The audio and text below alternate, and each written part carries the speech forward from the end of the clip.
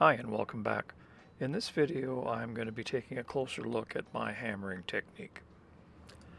I've been getting a lot of questions lately about some of the finer points of what I'm doing, and these questions really can't be answered in an email, so I decided to try to put a video together to be able to focus on each individual step. Most of you will probably recognize that this footage is from an older video. I was planning to shoot all new video for this, but I'm recovering from a slight error in judgment, so I'm going to be out of the forge for a little while.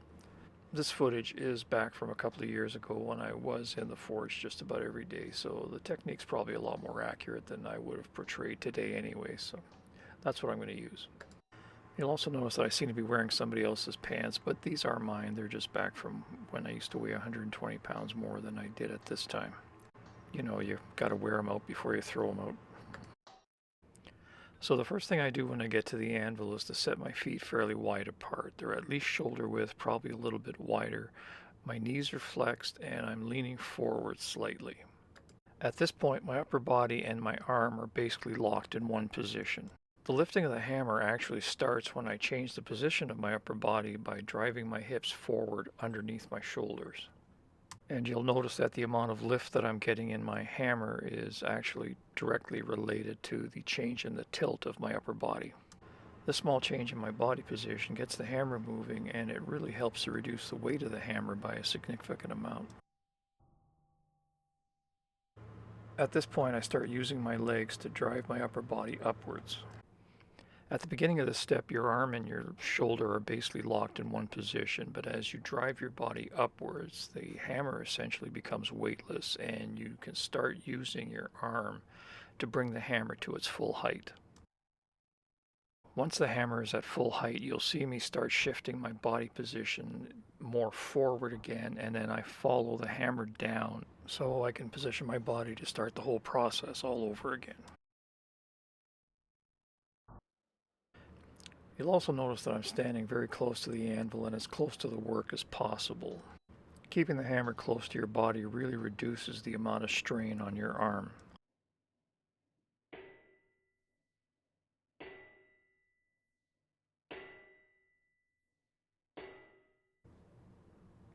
The other thing that people starting out seem to fail to realize or aren't aware of, that it's okay to move around. When you're working on different things, you often have to work on different faces of the anvil or attack the work from different angles, and that requires a different body position. So you would set yourself up that way and start hammering.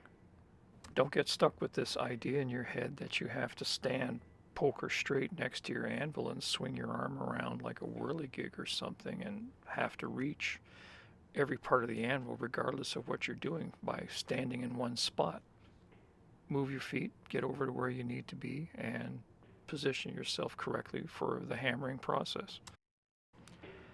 It's also important to remember that the theory of hammering that I'm trying to explain here applies to a lot of different situations. Here, for example, I'm just doing some light hammering. You wouldn't normally think of involving your whole body in that process, but why not?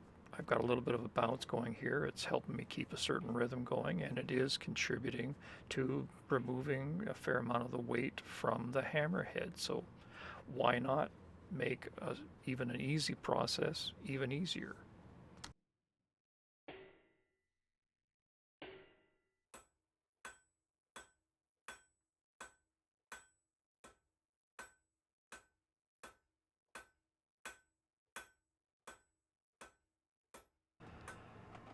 So this has been my approach to forging for the last 20 or 30 years. I've, refined the technique slightly, but this is what I've settled into. It works for me, and I'm comfortable doing it now.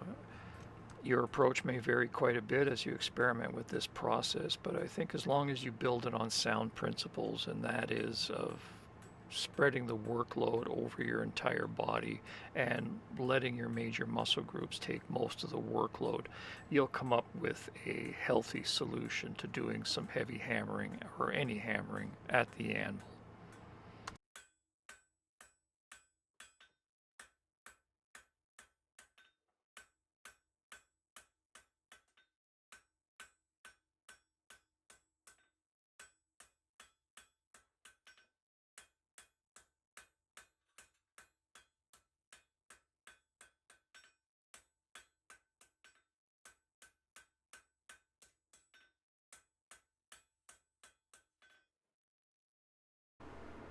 Hi, I'm Dennis, and thanks for watching. If you have any questions, you can contact me by using the email address that I have shown here. If you like the channel and the work that I'm doing, please consider becoming a patron.